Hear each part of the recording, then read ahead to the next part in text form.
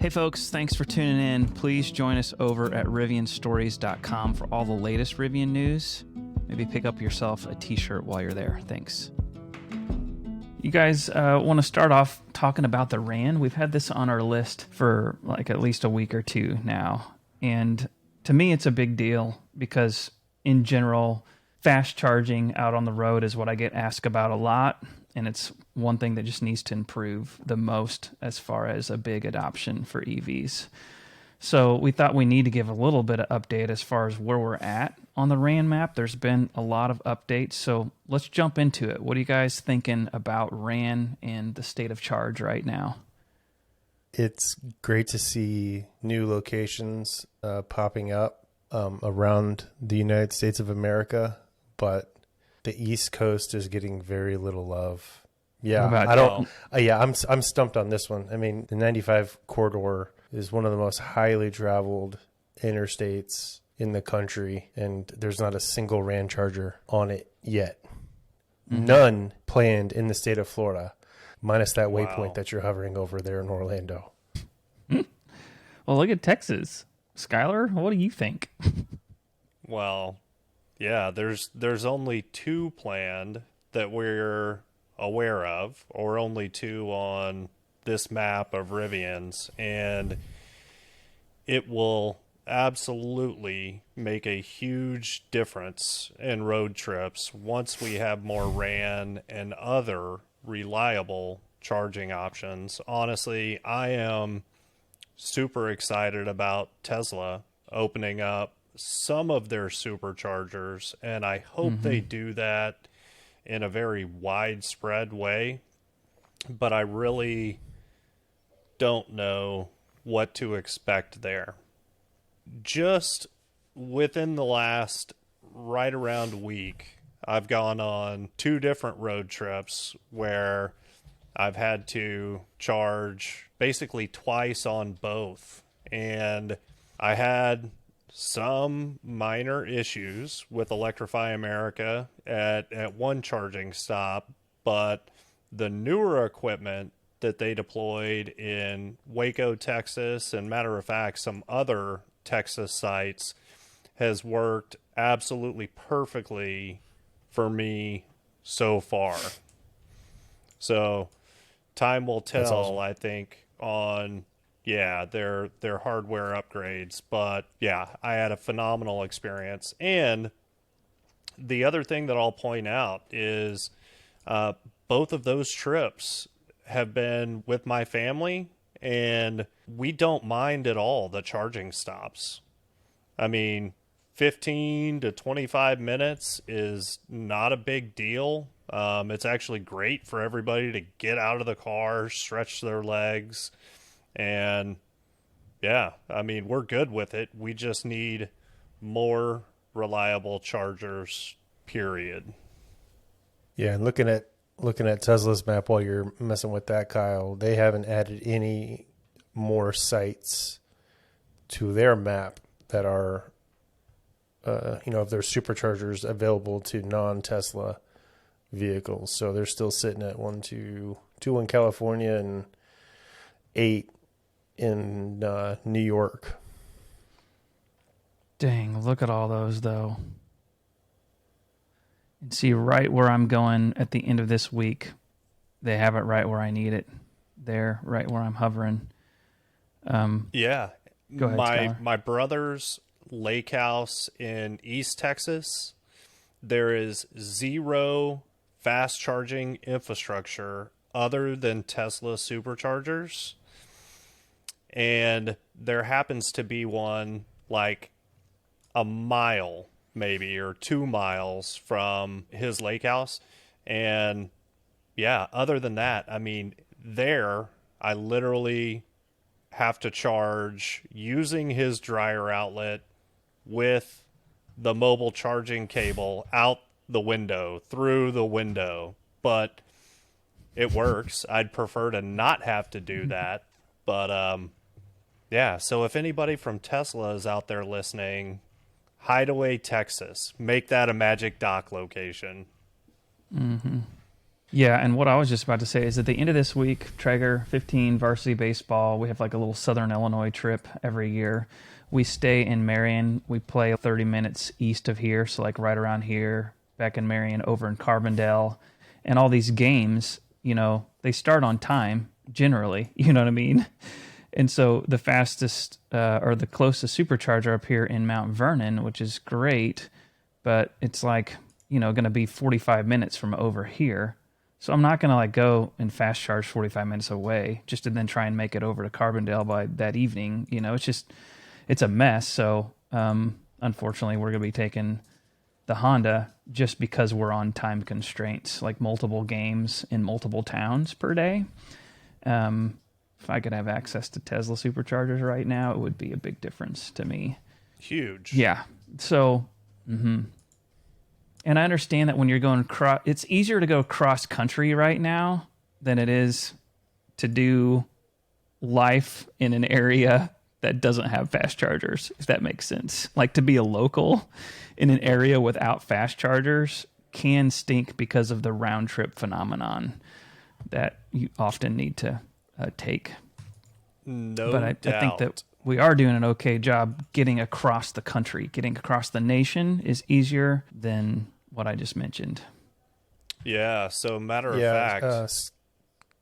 go ahead, Jimmy. I was going to say, Kyle, I'm going to send you a link. I know this is a show where we do talk about, Rivian and our Rivians, and I've mentioned this over on RS as well. But you can actually go onto Tesla's website and vote for some potential new supercharger locations. Nice. And, so I just sent that over to you. But if you could put that in the show notes. Obviously there's no guarantee that these are going to end up being Magic Dock sites, but these are new locations that you can then vote on. Obviously this is a global leaderboard, so you can hit that little drop down at the top of leaderboard where it says global, and then just go to North America, and it will give you, I think Key West is the number one right now, but you get up to 5 votes a quarter. And again, there's no guarantee. Obviously, we have no idea. There's no guarantee these will be Magic Dock sites at all, but it's at least worth, throwing out your input as far as where you think you would like to see more. So cool. Tesla Is this showing like the number of votes these have? Correct. Yep. That's awesome. Really cool. Jimmy, I had no idea that existed until you made that post on the Rivian Stories site. And I went in there and cast my votes without a doubt, because I do hope that any new supercharger locations will be with their Gen 4 hardware, which should support CCS out of the gate. Hopefully. Well, kind of bringing this a little bit full circle, coming back to RAN, we know where the biggest priority is. And we know that this is going to be slow, but do you guys have any predictions on the kind of speed that we can see the RAN roll out? Because if we look at the initial targets, it was 600 sites in the US for fast charger. Yeah. And when we look up here, that's designated by the 3 charging icons. And where are we at now out of the 600? 25? I don't know. Well, 15 on the West Coast. 17. Yeah, there's actually... Looks like about 19.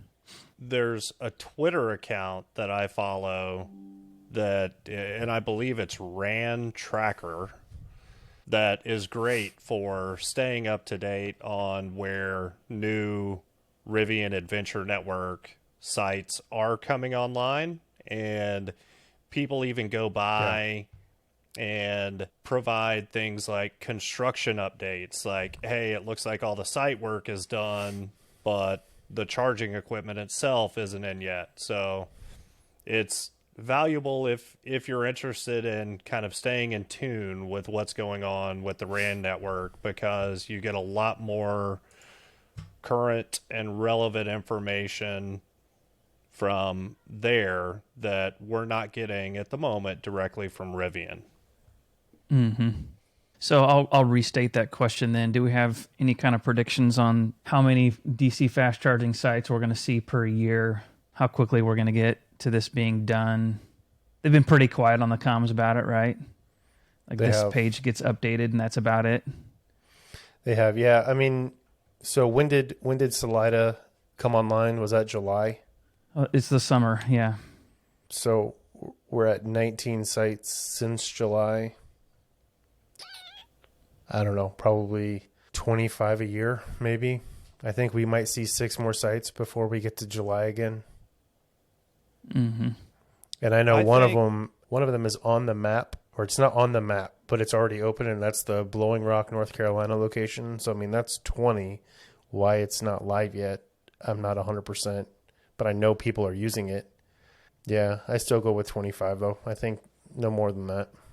I don't know. I tend to maybe be a little bit optimistic at times, but I think by the end of 2023, because a lot of this has been in process for quite a while, I think there could easily be more than that.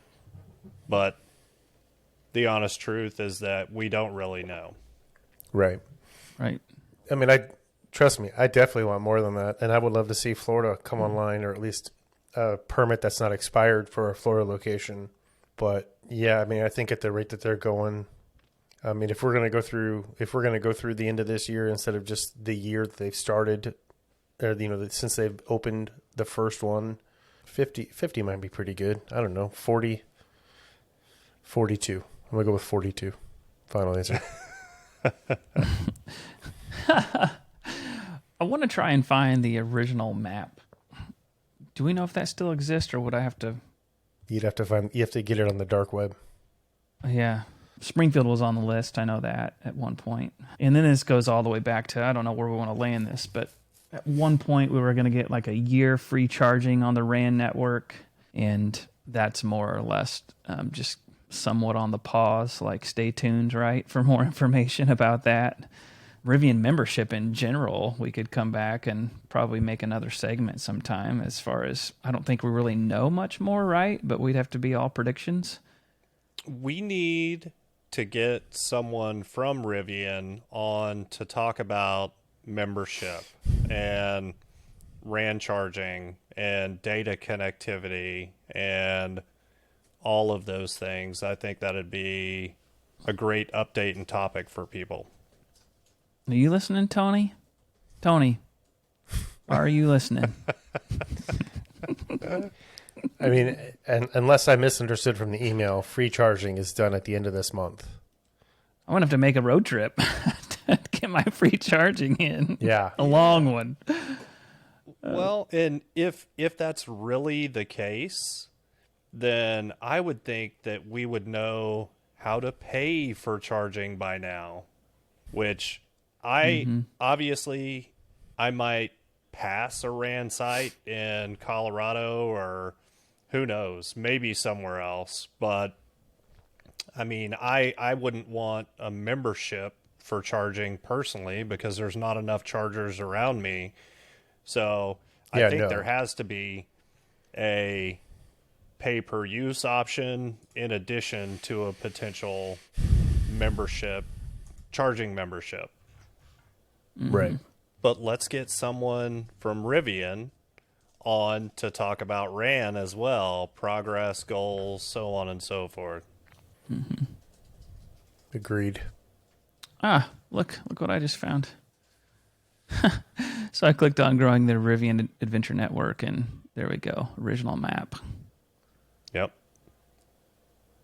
And then look at Texas. Yeah, you got... Oh man, that would be 10 glorious. and 20 taken care of. Yep. Yeah, look at Florida. You have all those on 95, I-4, 75. Mm-hmm. What's interesting to me, or the question I have, is all the real estate already acquired here and all the agreements? Probably not. I mean, this might be more of a strategic, like city by city sort of approach, but then they have all of that work to do with each city, like selecting a site. And man, it's a big project. It's a lot of So work. I think that I'm more along the lines of a slow rollout. Yeah. And then honestly, just with all that real estate acquisition and all that work, all that overhead and expense, and then trying to make this runway last to become profitable and build the R2 and all that, build a factory down there. I mean, let's just be real, y'all. Let's be real. And let's, be real as far as what's most important. Yeah, 100%. But I also think that, I mean, if there's something like this that can make them money, that's why, like, I don't have a problem with them not charging or with them charging us now and not getting free charging anymore. Mm-hmm. But I also think, too, what we're going to end up seeing is I think Rivian would be crazy to not jump on board and open up the Adventure Network to everybody else. Mm-hmm. That way they can take advantage of the Build Back Better cash flow that the government is handing out. Mm-hmm. I mean, there's money to be made. Why not take advantage of that and continue building it out, whether it's slow or not, but at least more than likely real soon. I don't doubt that we'll see the RAN open up to everybody. Mm-hmm. Yeah. And just for that reason. I think it should. It would be great if there was some additional benefit to Rivian owners, maybe scheduling charging times or something along those lines. Mm-hmm.